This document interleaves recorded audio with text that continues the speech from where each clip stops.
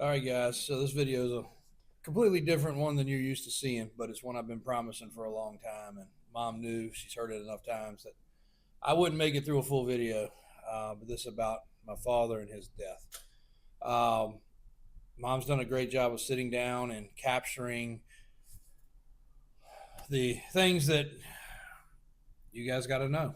So I'm gonna let her kind of tell the story and walk through it. I'm gonna intervene a little bit. AJ's gonna do his best to clip all this together, and hopefully it becomes an understandable video. She felt very strongly that it needed to be produced and put together this month because it is LBD and Alzheimer's Awareness Month. So she felt very strongly. I was trying to put this video off as long as I could. And then I also thought about doing it around the anniversary of our business being 50 years, telling my dad's. But now that we got this out of the way, we can do a video telling the good, not having to dwell into the bad. So she's going to go into it a little bit here, and then I'm going to capture a little bit in the middle and at the end. JW has talked about giving you more details on his father's death. I know that he will never be able to go through with that. While it has affected our entire family and we are still in grief almost 5 years later, it is important for me to bring awareness to his underlying condition. Yes, he did die from COVID, as many millions of Americans did. Friday, December 11th, 2020, I took him to the emergency room around dinner time because he had a fever. We had been to the emergency room the week before, and he was diagnosed with a UTI and sent home with a prescription. Never in our wildest thoughts would we have imagined that he was going to be diagnosed with COVID and would immediately be sent to an isolated room to prepare him for moving to the COVID ward. I told him I would not be allowed to go with him when they moved him to the COVID ward, and of course I was not. At 2 a.m. in the morning, I made the trek back home from the emergency room alone. That was the last time I was able to be with him. The emergency room said that I needed to be tested, but they could not test me because I was not a patient. The next morning, I went to the county health department and stood in line to be tested. There was a list of symptoms that I had to check if I had any of them. I had none of them, and put in the comments section that my husband was in the hospital with COVID. I got a call later that I had tested positive for COVID. I had to quarantine for 10 days at home during that time. He spent 23 days in ICU and passed on Monday morning, January 4th, 2021. While my daughter-in-law and I were fighting with the hospital head administrator in a conference room at the hospital to allow me to see him, because I had gotten a call that morning that he was passing.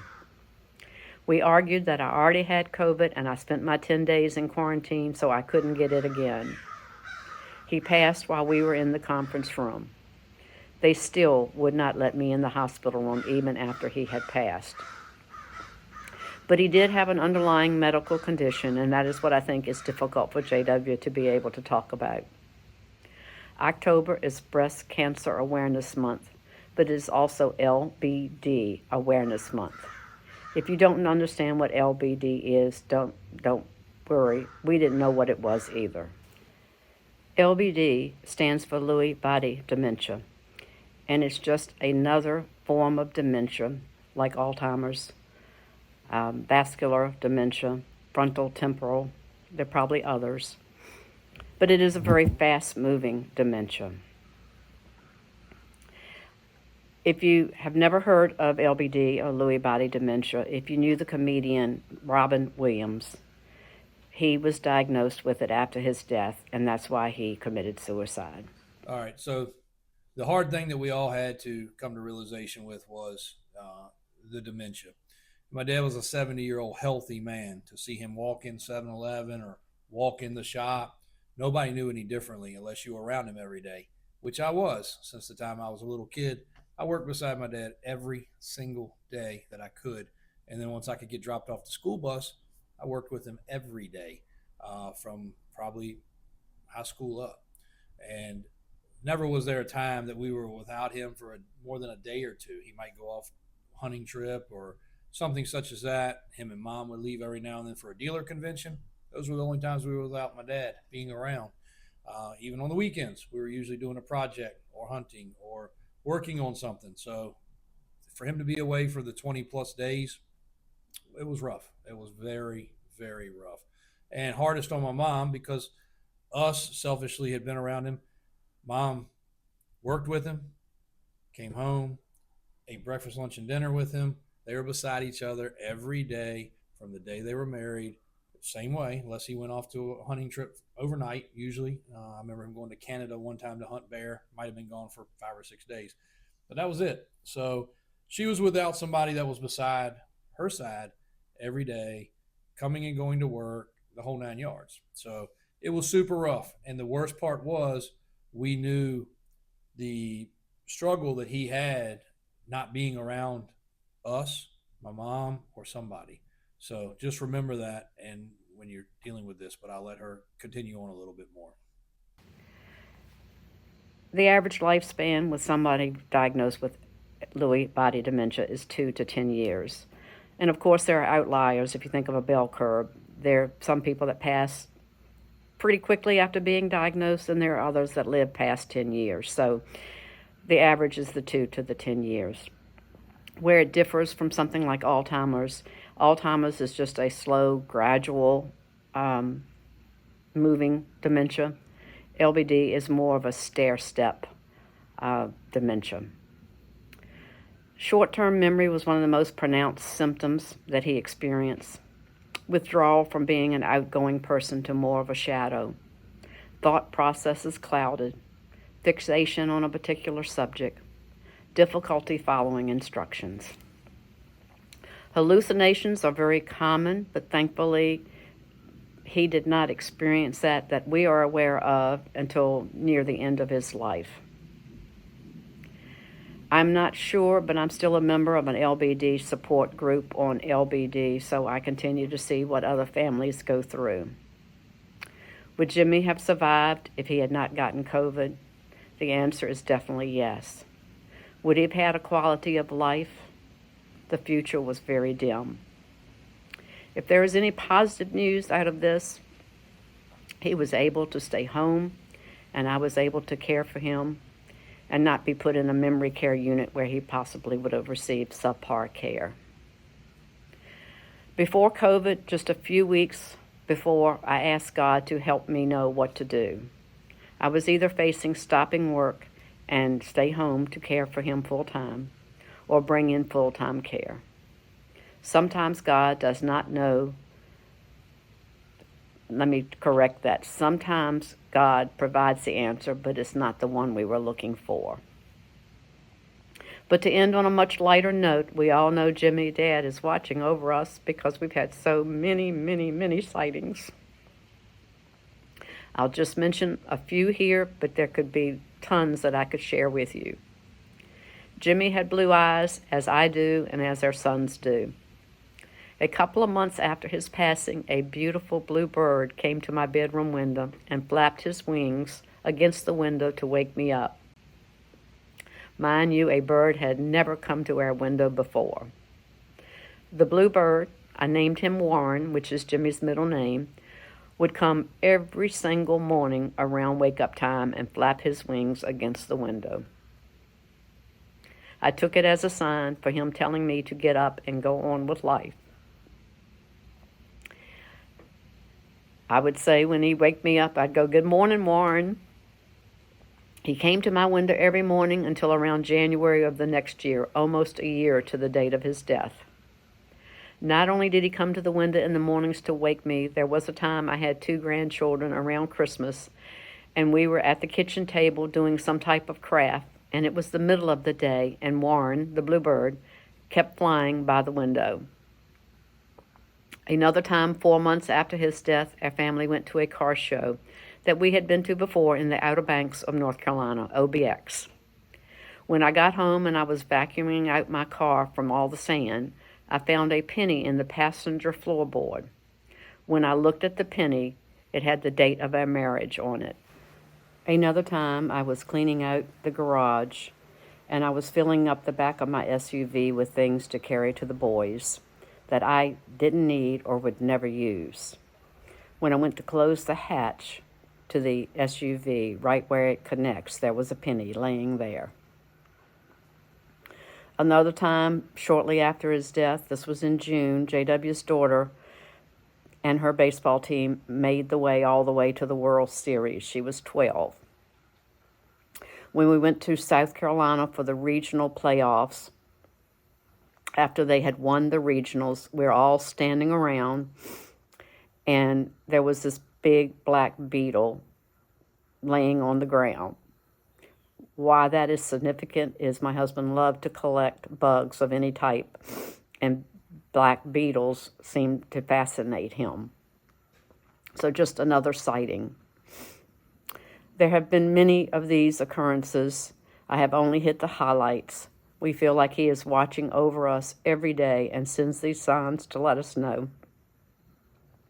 My job was to tell the story of the disease to bring awareness during LBD Awareness Month. It is a horrible disease, just as all dementia is. To watch someone slowly slip away is and was heartbreaking. All right, guys. So, that's a pretty rough one to watch, and see my mom have to tell that story and be as strong as she was. I couldn't do it, and she knew that, so that's why she stepped in to do it. The hardest part for all of us was not being able to be by his side, not being able to tell him goodbye. We just figured he was going to the doctor, they would give him some medicine, and he was coming home, and that never happened. Not being able to go see him, her trying her best to be able to see him. We knew if she could at least get to him to see him, it would be much more helpful to him than anything else. But us not being able to see him, talk to him, comfort him, or do anything was really tough. And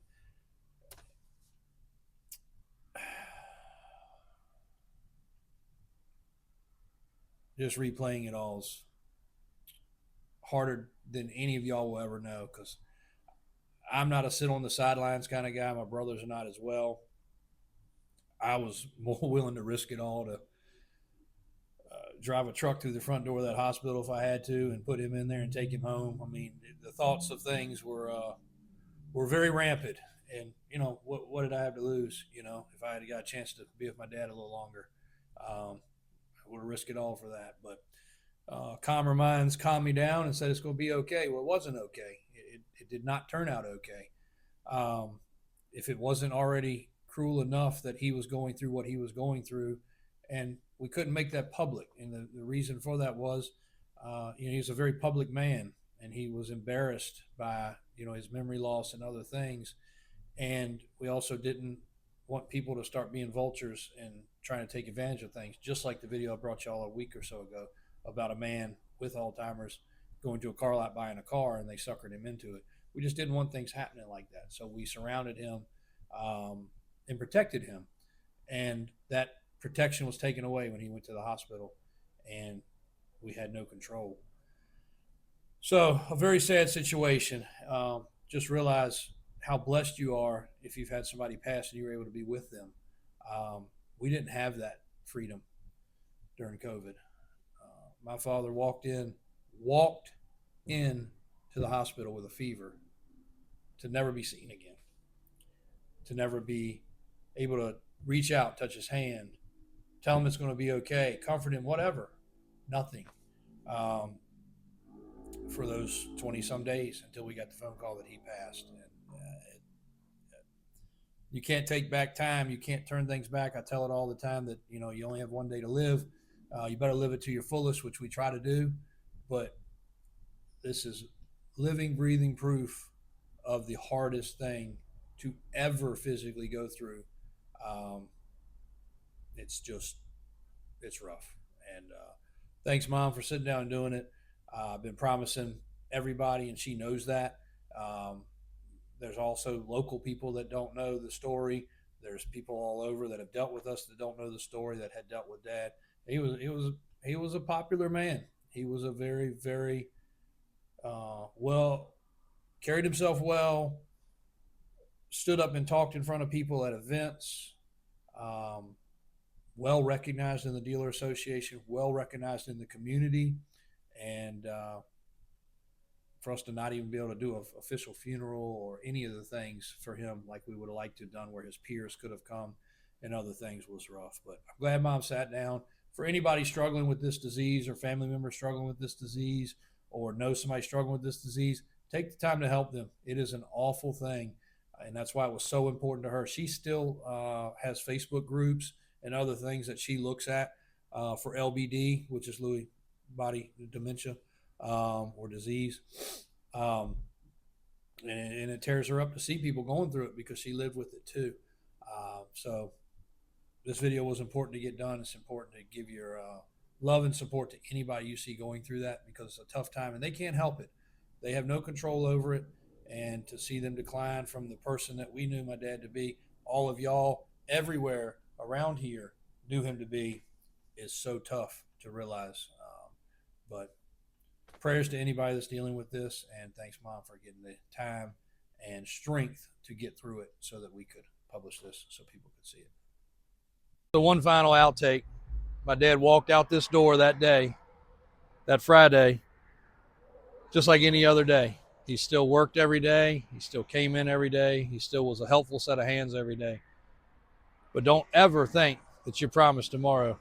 He walked out that door, standing in that door jamb right there, looked over at me at my desk and said, "Good day," and closed the door. He walked out. Not long after that, Mom walked out. And then she told us that she was taking him by the hospital because he had a fever. And that was how it all went. So don't ever think that you're promised tomorrow, or that your loved ones are promised tomorrow, because I would have got it from that desk, gave him a hug, done something. But who knew? Who knew it was going to go that way? None of us did. But when people say live every day to the fullest, make sure you do it.